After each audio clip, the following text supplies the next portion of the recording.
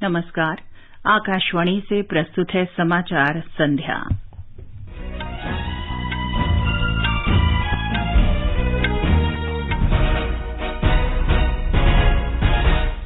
प्रधानमंत्री नरेंद्र मोदी ने कहा, डिजिटल इंडिया ने तकनीक को अधिक सुलभ बनाकर लोगों को सशक्त बनाया है। इंटरनेट और डिजिटल सेवाओं की स्थानीय भाषाओं में सुगमता सुलभ करने के लिए डिजिटल इंडिया भाषिणी का शुभारंभ किया गया। प्रधानमंत्री ने कहा, स्किल इंडिया मिशन के माध्यम से जनजातीय कला और हुनर नई पहचान बना रहा है। आंध्र प्रदेश में स्वतंत्रता सेनानी अल्लूरी सीताराम राजू की 125वीं जयंती समारोह में उनकी कांस्य प्रतिमा का अनावरण किया। गृह और सहकारिता मंत्री अमित शाह ने कहा, चुनौतियों के बावजूद देश में सहकारिता आंदोलन लगातार मजबूत हुआ। 16वें उपराष्ट्रपति के चुनाव के नामांकन की अधिसूचना कल जारी होगी। महाराष्ट्र के मुख्यमंत्री एकनाथ शिंदे ने ईंधन पर मूल्य वर्धित कर वैट कम करने का विधानसभा में आश्वासन दिया। केंद्रीय मंत्री पीयूष गोयल ने कहा, भारत 6 साल के अंदर ही विश्व में तीसरा सबसे बड़ा स्टार्टअप इकोसिस्टम बना। सरकार ने नीलांचल इस्पात निगम लिमिटेड को टाटा स्टील लॉन्ग्स प्रोडक्ट को हस्तांतरित किया। भारत का माल निर्यात पिछले महीने 16.8% बढ़कर 37 अरब 90 करोड़ डॉलर पर पहुंचा। पल्लिकल में दूसरे एकदिवसीय क्रिकेट मैच में भारतीय महिला टीम ने श्रीलंका को 10 विकेट से हराकर 3 मैच की श्रृंखला में 2-0 की अजेय बढ़त बनाई और बर्मिंघम में भारत ने 5वें क्रिकेट टेस्ट मैच में इंग्लैंड को 378 रन का लक्ष्य दिया। समाचार संध्या में मुकेश कुमार के साथ मैं चंद्रिका जोशी। प्रधानमंत्री नरेंद्र मोदी ने आज गुजरात में गांधीनगर के महात्मा मंदिर में डिजिटल इंडिया वीक 2022 का उद्घाटन किया। डिजिटल इंडिया वीक का विषय देश को डिजिटल रूप से सशक्त समाज और ज्ञान की अर्थव्यवस्था में बदलने के लिए नए भारत की तकनीक को उत्प्रेरित करना है। प्रधानमंत्री ने कहा कि 21वीं सदी में जन्म लेने वालों के लिए डिजिटल इंडिया ने जीवन को बहुत आसान बना दिया है, साथ ही लोगों को सशक्त भी बनाया है। श्री मोदी ने डिजिटल इंडिया भाषिणी का भी शुभारंभ किया। ये देशवासियों को स्थानीय भाषाओं में इंटरनेट और डिजिटल सेवाएं आसानी से प्रदान करेगी। प्रधानमंत्री ने कहा कि इन योजनाओं के लिए कुल 750 करोड़ रुपए के बजट की परिकल्पना की गई है। डिजिटल इंडिया अभियान में नए आयाम जुड़े हैं, नई टेक्नोलॉजी का समावेश हुआ है। आज के इस कार्यक्रम में जो नए प्लेटफॉर्म, नए प्रोग्राम लॉन्च हुए हैं, वो इसी श्रृंखला को आगे बढ़ा रहे हैं। अभी आपने छोटी छोटी वीडियो में देखा, माई स्कीम हो, भाषिणी भाषा दान हो, डिजिटल इंडिया जेनेसिस हो, चिप्स टू स्टार्टअप प्रोग्राम हो या बाकी सारे प्रोडक्ट्स, ये सारे ईज ऑफ लिविंग और ईज ऑफ डूइंग बिजनेस को मजबूती देने वाले हैं। डिजिटल इंडिया वीक 2022 कार्यक्रम नागरिकों के जीवन को सुगम बनाने वाले आधार, यूपीआई, कोविन और डिजिलॉकर जैसे डिजिटल प्लेटफॉर्म को प्रदर्शित करेगा। इस कार्यक्रम में स्टार्टअप, सरकारी प्रतिनिधि और उद्योग और शिक्षा जगत के विशेषज्ञ भाग लेंगे। भारतीय यूनिकॉर्न और स्टार्टअप ने महात्मा मंदिर में 200 से अधिक स्टॉल की एक प्रदर्शनी लगाई।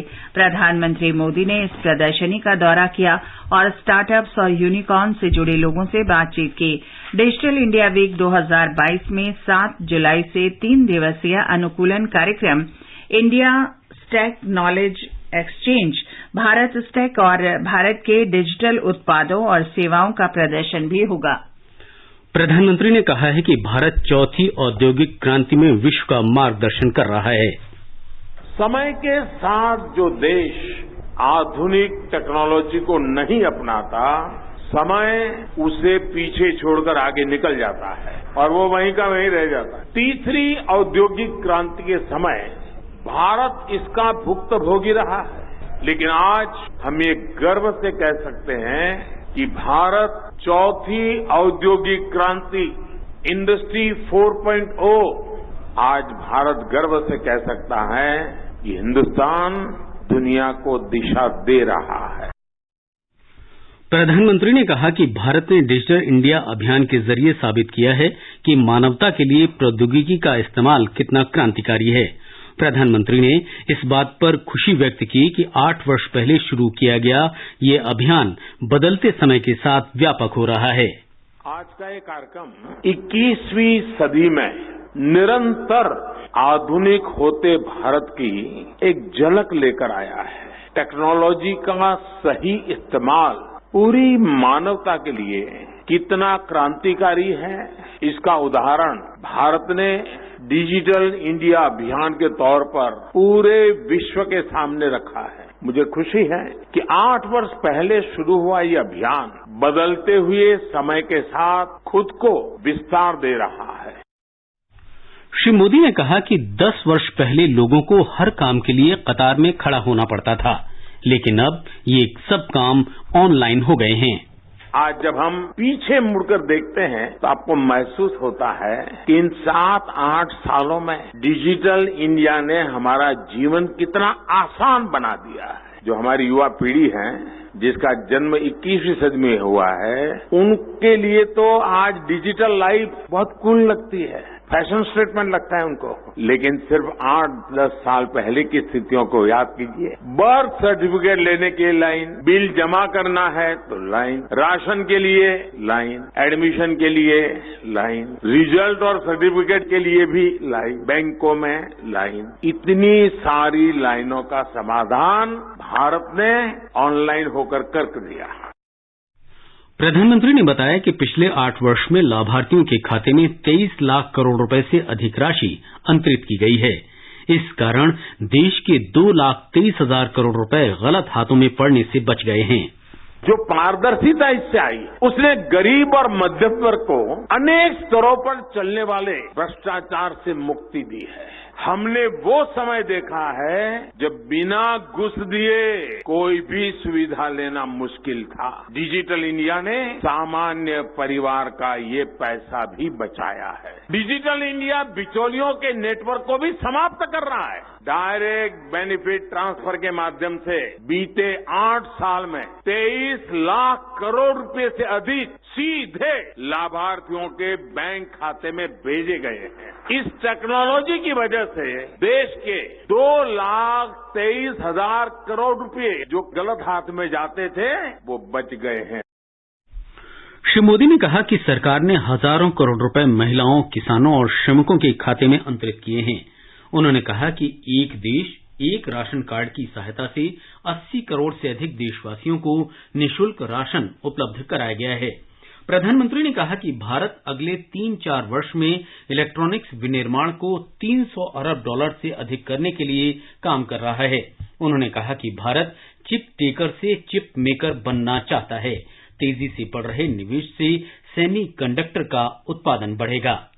वित्त मंत्री निर्मला सीतारमण ने कहा है कि भारत में डिजिटल भुगतान विश्व के डिजिटल लेनदेन का 40% है। उन्होंने डिजिटल इंडिया पहल की सराहना की और कहा कि पिछले 8 साल में प्रधानमंत्री नरेंद्र मोदी के नेतृत्व में सरकार ने डिजिटल बैंकिंग को मजबूत करने की दिशा में प्रभावी कार्य किया है। प्रधानमंत्री ने आज आंध्र प्रदेश में पश्चिम गोदावरी जिले के भीमावरम में स्वतंत्रता सेनानी अल्लूरी सीताराम राजू की 125वीं जयंती समारोह के विशेष कार्यक्रम में उनकी कांस्य प्रतिमा का अनावरण किया।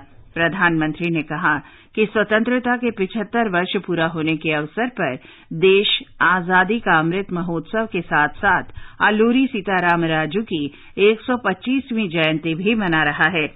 उन्होंने कहा कि देश की आजादी के लिए रंपा क्रांति के भी 100 वर्ष पूरे हो गए हैं। श्री मोदी ने सीताराम राजू को श्रद्धांजलि देते हुए कहा कि उनके अदम्य साहस से देशवासियों को प्रेरणा मिली है। श्री मोदी ने कहा कि उनका बलिदान आज भी पूरे देश के लिए ऊर्जा और प्रेरणा का स्रोत है। अल्लूरी सीताराम राजू ने अंग्रेजों से अपने संघर्ष के दौरान दिखाया था, दम है तो मुझे रोक लो। आज देश भी अपने सामने खड़ी चुनौतियों से, कठिनाइयों से इसी साहस के साथ 130 करोड़ देशवासी एकता के साथ सामर्थ्य के साथ हर चुनौती को कह रहे हैं, दम है तो हमें रोक लो। प्रधानमंत्री ने कहा कि कौशल भारत अभियान से आज जनजातीय कला और कौशल को नई पहचान मिल रही है। वोकल फॉर लोकल अभियान जनजातीय कला और कौशल को आय का साधन बना रहा है। उन्होंने कहा कि दशकों पुराने जो कानून जनजातीय लोगों को बांस जैसे वन उत्पाद काटने से रोकते थे, उन्हें बदलकर जनजातियों को उनका अधिकार दिया गया। इसी तरह न्यूनतम समर्थन मूल्य पर खरीद के लिए वन उत्पादों की संख्या 12 से बढ़ाकर 90 से अधिक हो गई है। गृह और सहकारिता मंत्री अमित शाह ने कहा है कि भारत में सहकारी समितियों ने पिछले 100 वर्षों में उल्लेखनीय कार्य किया है। नई दिल्ली में सहकारिता के 100वें अंतर्राष्ट्रीय दिवस के अवसर पर एक कार्यक्रम में आज श्री शाह ने सभी सहकारी समितियों से आगामी 100 वर्षों में और बेहतर काम करने का संकल्प लेने को कहा। श्री अमित शाह ने कहा कि चुनौतियों के बावजूद राष्ट्र में सहकारिता आंदोलन लगातार मजबूत होता गया है।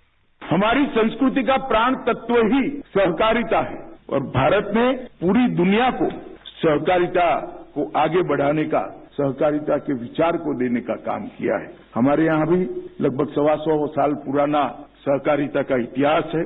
मित्रों, 30 लाख सहकारी समितियां दुनिया में और कई सारे देश उसमें से अपने जीडीपी का बहुत बड़ा हिस्सा प्राप्त। भारत में भी 8,55,000 सहकारी समितियां बनी और भारत की लगभग 12 करोड़ की आबादी सीधी इससे आर्थिक जीवन यापन कर पाए। इस प्रकार से हमने इस मॉडल को खड़ा किया है। देश के 51% गांवों में कोई न कोई सहकारी समिति आज अस्तित्व मना रही। शिक्षा मंत्री धर्मेंद्र प्रधान ने हैदराबाद में अंग्रेजी और विदेशी भाषा विश्वविद्यालय में 5 भाषाओं में ओपन लैंग्वेज लर्निंग रिसोर्सेज का शुभारंभ किया। शिक्षा मंत्री ने कहा कि बिना किसी शुल्क के कहीं से भी आसानी से ये भाषाएं सीखी जा सकती हैं। इनमें चीनी, फ्रेंच, जर्मन, जापानी और स्पेनिश शामिल हैं। In the 5 global languages, IFLU is going to give digital education. German, French, Spanish, Chinese and Japanese. Because everybody is eyeing the Indian market. The way language is going to be an instrument of transformative pathway, simultaneously economic empowerment is another important area. To give economic empowerment to our citizens, especially youngsters, must be multilingual. 16वें उपराष्ट्रपति के चुनाव में नामांकन की अधिसूचना कल जारी होगी। 19 जुलाई तक पर्चे भरे जा सकेंगे। चुनाव 6 अगस्त को होगा। उपराष्ट्रपति का चुनाव संसद के दोनों सदनों के सदस्यों का निर्वाचक मंडल करता है। चुनाव के निर्वाचक मंडल में राज्यसभा के 233 निर्वाचित सदस्य तथा 12 मनोनीत सदस्य और लोकसभा के 543 निर्वाचित सदस्य शामिल हैं। निर्वाचक मंडल में संसद के दोनों सदनों के कुल 788 सदस्य शामिल हैं। उपराष्ट्रपति एम वेंकैया नायडू का कार्यकाल 10 अगस्त को समाप्त होगा। ये समाचार हमारी वेबसाइट newsonair.com/hindi और हमारे mobile app news on AIR पर भी उपलब्ध हैं। कॉम्पिटिशन्स की अगर आप कर रहे हैं तैयारी, तो आपके लिए ऑल इंडिया रेडियो लाया है कार्यक्रम अभ्यास। एक ऐसा कार्यक्रम जिसमें आप पूछते हैं सवाल 9289094044 पर या फिर ईमेल करते हैं abhyas.airnews@gmail.com पर, जिसके जवाब एक्सपर्ट देंगे शनिवार रात 9:30 बजे। इस बार का विषय है ज्योग्राफी यानी कि भूगोल और प्रश्न भेजने की अंतिम तारीख है 6 जुलाई। आपके सवालों का हम कर रहे इंतजार। आपका अभ्यास हमारा प्रयास। समाचार संध्या में आपका फिर स्वागत है। आगे बढ़ने से पहले मुख्य समाचारों पर एक नजर। प्रधानमंत्री नरेंद्र मोदी ने कहा, डिजिटल इंडिया ने तकनीक को अधिक सुलभ बनाकर लोगों को सशक्त बनाया है। इंटरनेट और डिजिटल सेवाओं की स्थानीय भाषाओं में सुगम सुलभता के लिए डिजिटल इंडिया भाषिणी का शुभारंभ किया। प्रधानमंत्री ने कहा, स्किल इंडिया मिशन के माध्यम से जनजातीय कला और हुनर नई पहचान बना रहा है। आंध्र प्रदेश में स्वतंत्रता सेनानी अल्लूरी सीतारामराजू की 125वीं जयंती समारोह में उनकी कांस्य प्रतिमा का अनावरण किया। गृह और सहकारिता मंत्री अमित शाह ने कहा, चुनौतियों के बावजूद देश में सहकारिता आंदोलन लगातार मजबूत हुआ। 16वें उपराष्ट्रपति के चुनाव के नामांकन की अधिसूचना कल जारी होगी। महाराष्ट्र के मुख्यमंत्री एकनाथ शिंदे ने ईंधन पर मूल्य वर्धित कर वैट कम करने का विधानसभा में आश्वासन दिया। केंद्रीय मंत्री पीयूष गोयल ने कहा, भारत 6 साल के अंदर ही विश्व में तीसरा सबसे बड़ा स्टार्टअप इकोसिस्टम बना। सरकार ने नीलांचल इस्पात निगम लिमिटेड को टाटा स्टील लॉन्ग प्रोडक्ट्स को हस्तांतरित किया। भारत का माल निर्यात पिछले महीने 16.8% बढ़कर 37 अरब 90 करोड़ डॉलर पर पहुंचा। पल्लिकल में दूसरे एक दिवसीय क्रिकेट मैच में भारतीय महिला टीम ने श्रीलंका को 10 विकेट से हराकर 3 मैचों की श्रृंखला में 2-0 की अजय बढ़त बनाई और बर्मिंघम में भारत ने 5वें क्रिकेट टेस्ट मैच में इंग्लैंड को 378 रन का लक्ष्य दिया। वाणिज्य और उद्योग मंत्री पीयूष गोयल ने कहा है कि भारत पिछले 6 वर्ष में विश्व की सबसे विशाल स्टार्टअप व्यवस्था वाला देश बन गया है। उन्होंने कहा कि प्रधानमंत्री नरेंद्र मोदी के नेतृत्व में सरकार ने स्टार्टअप्स के लिए नियंत्रक के बजाय उत्प्रेरक के रूप में काम किया है। आज नई दिल्ली में स्टार्टअप व्यवस्था को सहयोग पर राज्यों की रैंकिंग जारी करते हुए श्री गोयल ने कहा कि fund of funds, seed fund scheme, 3 वर्ष के लिए आयकर में छूट और एंजल टैक्स के मुद्दे पर समाधान जैसी पहल ने देश में स्टार्टअप्स की मदद की है।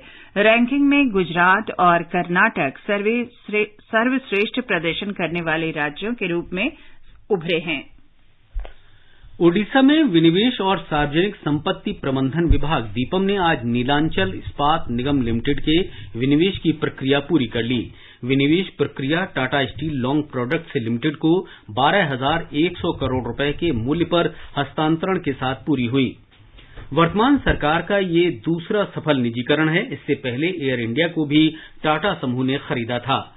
मौजूदा रबी विपणन सत्र में 187 लाख टन से अधिक गेहूं खरीदा गया है। 37,859 करोड़ रुपए के न्यूनतम समर्थन मूल्य पर गेहूं की खरीद से 17,85,000 किसानों को फायदा हुआ है। उपभोक्ता कार्य मंत्रालय के अनुसार सबसे अधिक गेहूं पंजाब में खरीदा गया। इसके बाद मध्य प्रदेश, हरियाणा और उत्तर प्रदेश का स्थान है। खरीफ विपणन सत्र 2021-22 में धान की खरीद सुचारू रूप से चल रही है। 863 लाख मीट्रिक टन से अधिक धान खरीदा जा चुका है। 1,69,000 करोड़ रुपए से अधिक के न्यूनतम समर्थन मूल्य पर धान की खरीद से 1,25,00,000 किसानों को फायदा हुआ है। भारत से वस्तुओं के निर्यात में पिछले महीने इससे पिछले वर्ष की इसी अवधि की तुलना में 16.8% की वृद्धि दर्ज की गई। पिछले महीने ये बढ़कर 37 अरब 90 करोड़ डॉलर का हो गया। निर्यात में ये वृद्धि पेट्रोलियम उत्पादों, इलेक्ट्रॉनिक्स वस्तुओं और सिले सिलाए वस्त्रों के क्षेत्र में बढ़ोतरी से संभव हुई। इस वर्ष अप्रैल से जून तक की तिमाही में वस्तुओं के निर्यात में 22% से अधिक की वृद्धि दर्ज की गई। महाराष्ट्र के मुख्यमंत्री एकनाथ शिंदे ने आज विधानसभा में आश्वासन दिया कि ईंधन पर मूल्य वर्धित कर वैट जल्द ही कम किया जाएगा। उन्होंने विधानसभा में बधाई प्रस्ताव का जवाब देते हुए रायगढ़ जिले के हिरकानी गांव के विकास के लिए 21 करोड़ रुपए देने की भी घोषणा की। श्री शिंदे ने कहा कि वे राज्य के किसानों को हर प्रकार की सहायता प्रदान करेंगे ताकि किसी भी किसान को आत्महत्या न करनी पड़े। इससे पहले भाजपा एकनाथ शिंदे के नेतृत्व वाली सरकार ने विधानसभा में विश्वास मत हासिल कर लिया। सत्ता पक्ष को 164 मत मिले, जबकि विपक्षी महाविकास अघाड़ी गठबंधन के पक्ष में 99 मत पड़े। उत्तर प्रदेश में योगी आदित्यनाथ सरकार के दूसरे कार्यकाल के 100 दिन आज पूरे हो गए हैं। लखनऊ में मुख्यमंत्री ने कहा कि चुनाव के दौरान पार्टी के लोक कल्याण संकल्प पत्र में किए गए 132 में से 97 वादे सिर्फ 100 दिन में पूरे किए गए। उन्होंने कहा कि उत्तर प्रदेश विकास की नई ऊंचाइयां छू रहा है। पंजाब के मुख्यमंत्री भगवंत सिंह मान ने आज अपने मंत्रिमंडल में 5 नए मंत्रियों को शामिल किया। राज्यपाल बनवारी लाल पुरोहित ने नए मंत्रियों को चंडीगढ़ में पंजाब राजभवन में शपथ दिलाई। दिल्ली विधानसभा ने 2 दिन के विशेष सत्र के पहले दिन आज वेतन भत्ता और पेंशन संशोधन विधेयक 2022 पारित कर दिया। विधेयक में मंत्रियों, विधायकों, मुख्य सचेतक, अध्यक्ष तथा उपाध्यक्ष और विपक्ष के नेता के मासिक वेतन और भत्ते 54,000 रुपए से बढ़ाकर लगभग 90,000 रुपए कर दिए गए हैं। विधेयक को अब राष्ट्रपति के पास स्वीकृति के लिए भेजा जाएगा। दिल्ली पुलिस की स्पेशल सेल ने गायक सिद्धू मूसेवाला की हत्या के मामले में मुख्य शूटर अंकित सिरसा और एक अन्य आरोपी सचिन भिवानी को भी गिरफ्तार कर लिया है। और आइए आजादी का अमृत महोत्सव के अंतर्गत अब सुनते हैं आकाशवाणी की विशेष प्रस्तुति आजादी का सफर। आजादी का अमृत महोत्सव।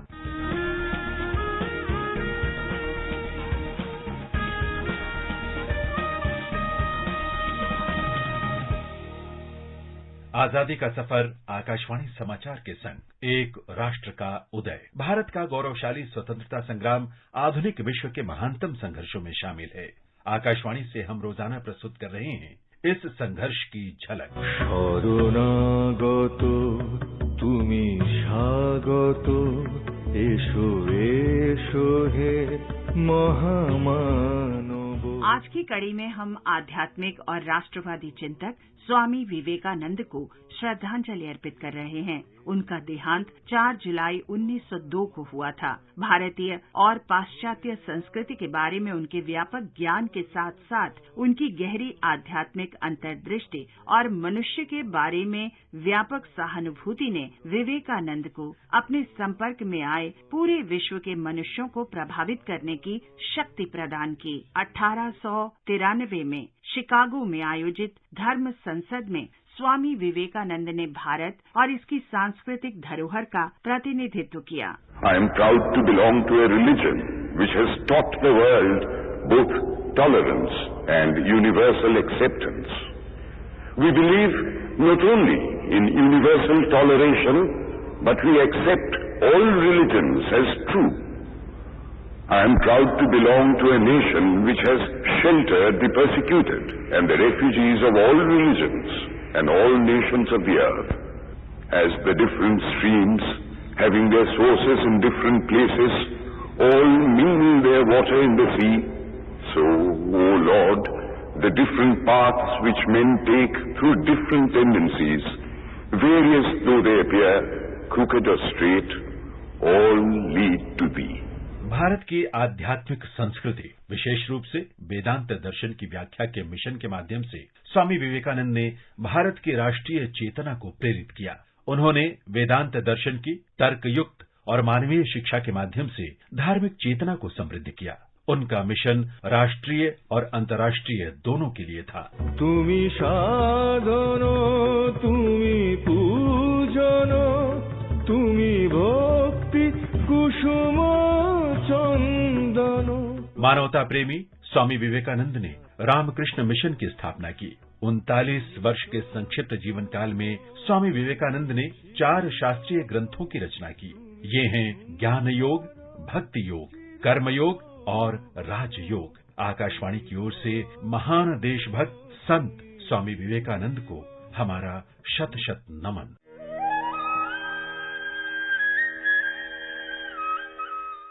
आज हम गांधीवादी स्वाधीनता सेनानी पिंगली वेंकैया को भी श्रद्धांजलि अर्पित कर रहे हैं। उनका निधन 4 जुलाई 1963 को हुआ था।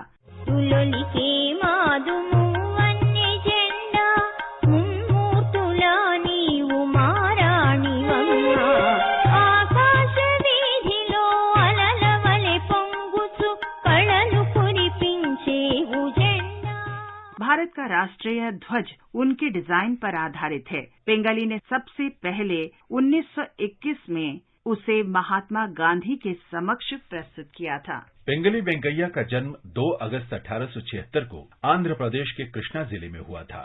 वे अफ्रीका में आंग्ल बोयर युद्ध के दौरान दक्षिण अफ्रीका में ब्रिटिश सेना में थे। वहां पहली बार महात्मा गांधी से उनकी मुलाकात हुई। उस समय पिंगली मात्र 19 वर्ष के थे।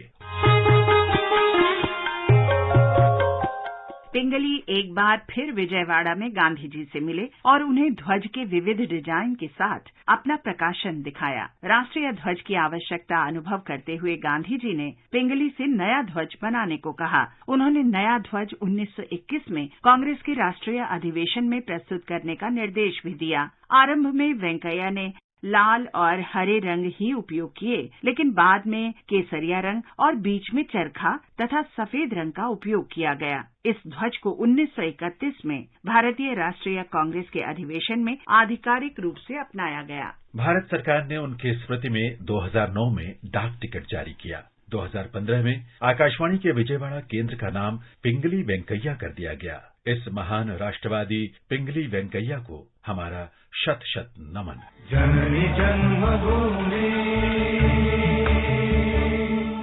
सर्गादपि गरीयसी।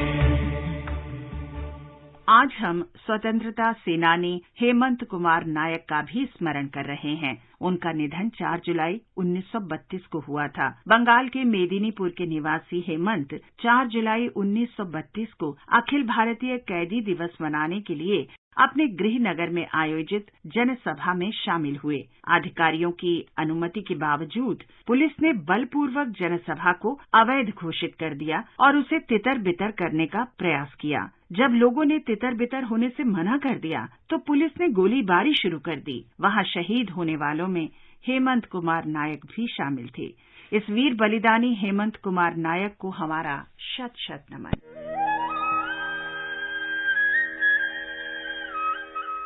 इसके साथ ही ये कड़ी अब यहीं संपन्न होती है। आजादी का सफर आकाशवाणी समाचार के संग कल फिर मिलेंगे नई कड़ी के साथ।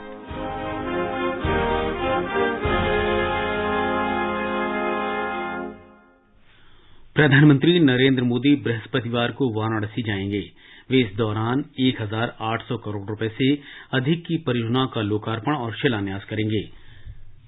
पल्लीकल में भारत ने श्रीलंका को दूसरे एकदिवसीय अंतर्राष्ट्रीय मुकाबले में 10 विकेट से हराकर 3 मैचों की श्रृंखला में 2-0 की अजय बढ़त बना ली है। श्रीलंका की पूरी टीम 173 रन ही बना सकी।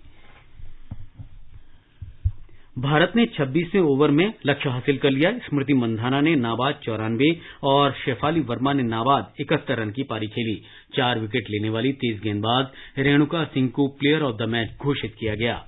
बर्मिंघम में भारत ने इंग्लैंड को 5वें और अंतिम क्रिकेट टेस्ट मैच में जीत के लिए 378 रन का लक्ष्य दिया है।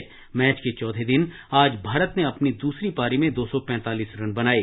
चेतेश्वर पुजारा ने 66 रन की पारी खेली। ऋषभ पंत ने 57 रन बनाए। चाय के समय तक इंग्लैंड की दूसरी पारी में 1 विकेट पर 107 रन बना लिए थे।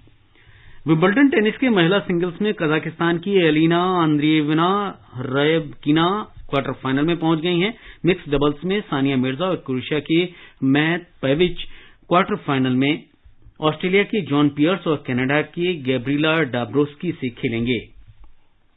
कजाकिस्तान के नूर सुल्तान में एलोर्डा कप मुक्केबाजी में अल्फिया पठान और गीतिका ने शानदार प्रदर्शन करते हुए स्वर्ण पदक जीत लिए हैं। महिला हॉकी विश्व कप के पूल बी में कल भारत अपने दूसरे मैच में चीन का सामना करेगा। भारतीय टीम ने इंग्लैंड के साथ अपना पहला मुकाबला 1-1 से ड्रॉ खेला था। उपभोक्ता कार्य मंत्रालय ने कहा है कि कोई भी होटल रेस्तरां खाद्य बिल में अपने या डिफॉल्ट रूप से सर्विस चार्ज नहीं जोड़ सकता। केंद्रीय उपभोक्ता संरक्षण प्राधिकरण ने इस संबंध में अनुचित व्यापारिक गतिविधियों और उपभोक्ता अधिकार संरक्षण के लिए दिशा निर्देश जारी किए हैं। दिशा निर्देशों में कहा गया है कि सर्विस चार्ज को किसी अन्य नाम से नहीं लिया जा सकता। और अंत में मुख्य समाचार एक बार फिर। प्रधानमंत्री नरेंद्र मोदी ने कहा, डिजिटल इंडिया ने तकनीक को अधिक सुलभ बनाकर लोगों को सशक्त बनाया है। प्रधानमंत्री ने कहा, स्किल इंडिया मिशन के माध्यम से जनजातीय कला और हुनर नई पहचान बना रहा है। आंध्र प्रदेश में स्वतंत्रता सेनानी अल्लूरी सीताराम राजू की 125वीं जयंती समारोह में उनकी कांस्य प्रतिमा का अनावरण किया। गृह और सहकारिता मंत्री अमित शाह ने कहा, चुनौतियों के बावजूद देश में सहकारिता आंदोलन लगातार मजबूत हुआ। 16वें उपराष्ट्रपति के चुनाव के नामांकन की अधिसूचना कल जारी होगी। महाराष्ट्र के मुख्यमंत्री एकनाथ शिंदे ने ईंधन पर मूल्य वर्धित कर वैट कम करने का विधानसभा में आश्वासन दिया। केंद्रीय मंत्री पीयूष गोयल ने कहा, भारत 6 वर्ष के अंदर ही विश्व में तीसरा सबसे बड़ा स्टार्टअप इकोसिस्टम बना। सरकार ने नीलांचल इस्पात निगम लिमिटेड को टाटा स्टील लॉन्ग प्रोडक्ट्स को हस्तांतरित किया। भारत का माल निर्यात पिछले महीने 16.8% बढ़कर 37 अरब 90 करोड़ डॉलर पर पहुंचा। और पल्लीकल में दूसरे एकदिवसीय क्रिकेट मैच में भारतीय महिला टीम ने श्रीलंका को 10 विकेट से हराकर 3 मैच की श्रृंखला में 2-0 की अजेय बढ़त बनाई और बर्मिंघम में भारत ने 5वें क्रिकेट टेस्ट मैच में इंग्लैंड को 378 रन का लक्ष्य दिया। इसके साथ ही समाचार संध्या का ये अंक समाप्त हुआ। नमस्ते।